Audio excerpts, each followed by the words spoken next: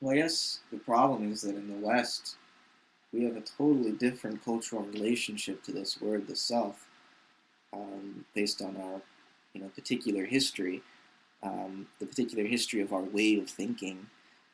Um, and it's a matter of philosophical dispute exactly what relationship the philosopher has to history. Um, in other words, do the ideas that philosophers come up with end up filtering into society, and then you know, a few hundred years after a great philosopher um, has an idea about human nature, it then becomes politically legislated.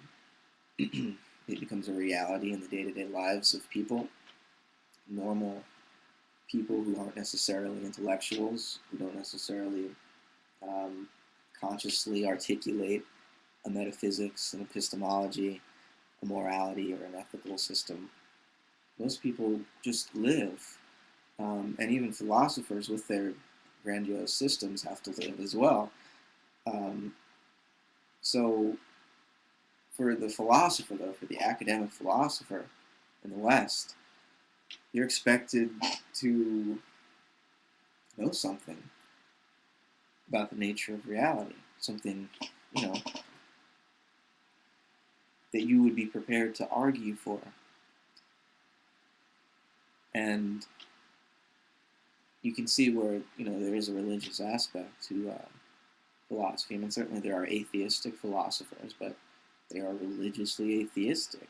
They believe that you should not believe fervently. Uh, so there's all if you're a thinker and you are inspired to know something true about reality, you must be committed to it religiously. Um, faith is just, it's not a belief in anything specific. It's just an orientation that you may have towards your ideas, towards the way those ideas manifest in the world. If you see ideas, you're going to know them. You're going to act so as to bring them about.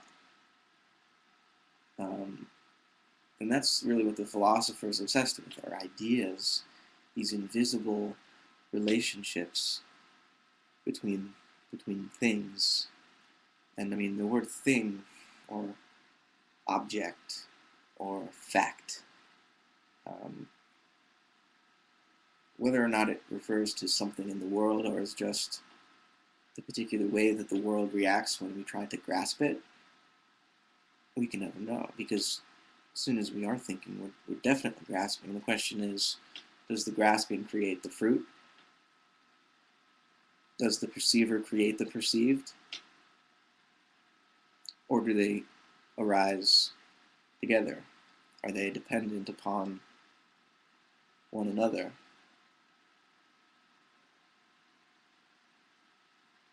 And see, we don't seem to be able to answer this question without paradox. There's always something more to the situation than we can describe, because all descriptions are dualistic, right? The structure of every sentence is such that there's a subject and a predicate, thing and something about it, something it's doing, never just event. Though, we have this word, we have lots of words. We have the word pure experience, or the phrase pure experience, the present, the now, the moment. And supposedly they refer to something, but obviously people use these words in very different ways to mean very different things. And so when I say it right now, pure experience, it's always already involved in these relationships with other words, and depending on which one you happen to pay attention to in any given hearing, you may misunderstand me, because I don't even know what I mean when I use it. Um, the meaning of the word as I am intending it. I mean, is a finger pointing at the moon, and that's why, from an Eastern, or really more of a mystical view, I mean, it's not even necessarily Eastern, to recognize the non-dual nature of reality. There have been Christian mystics who have recognized this, Jewish mystics, uh, Sufi mystics. So it's not strictly um, an Eastern creation. We're really talking about the experience of the non-dual, which can be described in so many ways, pointed at in so many uh, directions, called so many different kinds of things. And so it's not necessarily a bad thing for a philosopher to be skeptical of a particular way of describing it. It doesn't mean that they're not aware of what, of the experience of non-duality. They're at least unconsciously aware of it. Maybe they don't pay attention to it with their thinking mind enough for their thinking or speaking mind to articulate, but it's still in the background somewhere, influencing what they're saying. So, or in the end, responsible for what they're saying. That's why all these videos and arguments and discussions about free will are so tricky, because I would say there is no free will for the ego, because the ego is a symptom. It's a side effect. It's not the actual thing. It's not what experience is.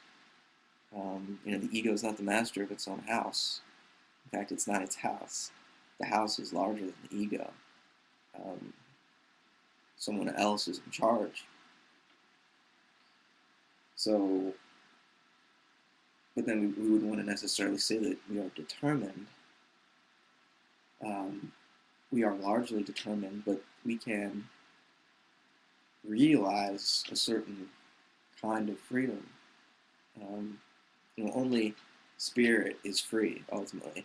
Matter is predetermined, but matter is still spirit, maybe a shattered form of spirit that's very difficult to recognize. And the atoms and molecules and rocks, they have a hard time recognizing each other, even though they're still pretty active.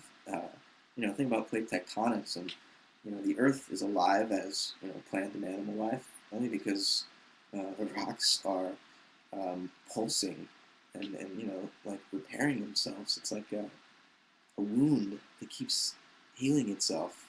The crust of the Earth being pulled back into the mantle and then spit out on the other side, and matter is still reaching for life.